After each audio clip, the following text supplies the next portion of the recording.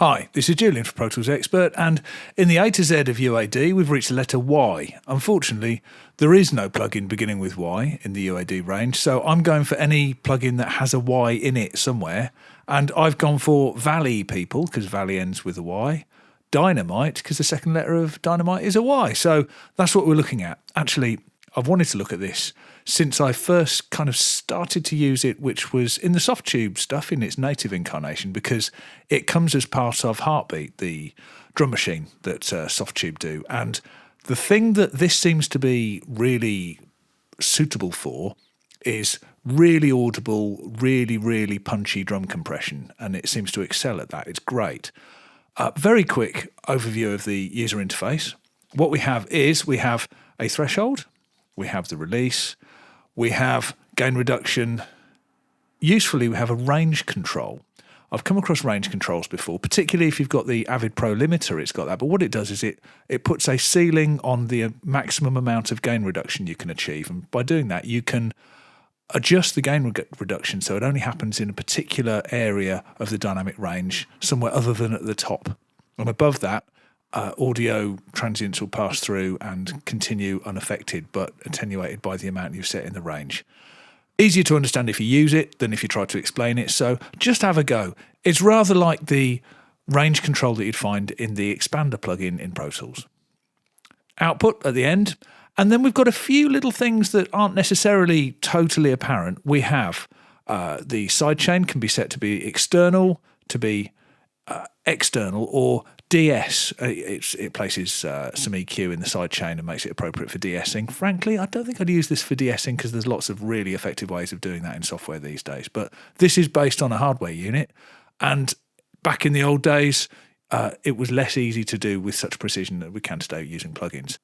It works in two modes: limit or expand, or expander gate. You can use it for expansion. Frankly, I'm not sure this is really what it's best for. It excels as a limiter, and there are two different detection settings. You can set it for peak or average, and that's really where you get the little control that you have over attack time, although you have got control over the release time. What I've got here is the track that I've used quite a lot in this series, Corinna Jane's Floodlights. I've stripped it out. It's just some electric guitars, some drums and some bass. Here on the kick drum, we can hear how this is really effective at adding some real front-end attack and some, I'm reluctant to use the word punch, but add some punch to the kick drum. Here we go.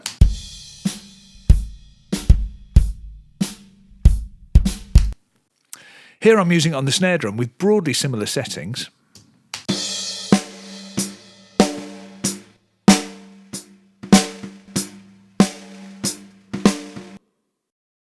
And here I'm using it on the overheads.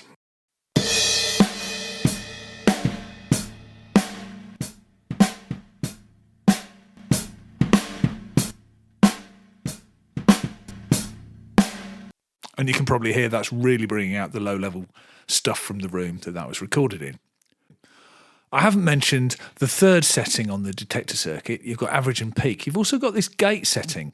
That, when you're using it in expansion mode, behaves much as you might imagine. It turns into a gate. But what's quite interesting and not particularly useful, but it's worth mentioning, is that when it's set to limit, it still works. So rather than when the signal falls below the threshold, it gets cut off, this does the opposite, and when the signal goes above the threshold, it gets cut off, which is very peculiar, and I can't think of an application for, but as it's here, I thought I'd put it on the snare and we'll see what happens.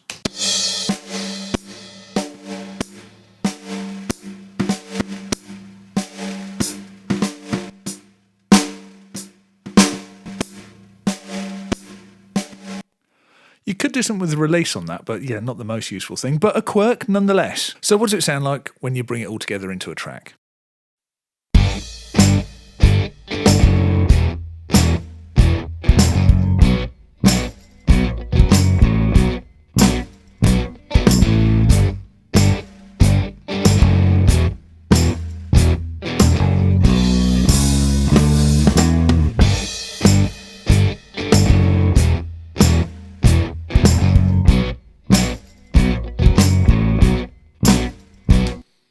As you can probably hear, that adds a useful amount of kind of thwack to your drums, and does what you'd hope of a good compressor on a drum kit. Anyway, I've been Julian. I'll see you next time.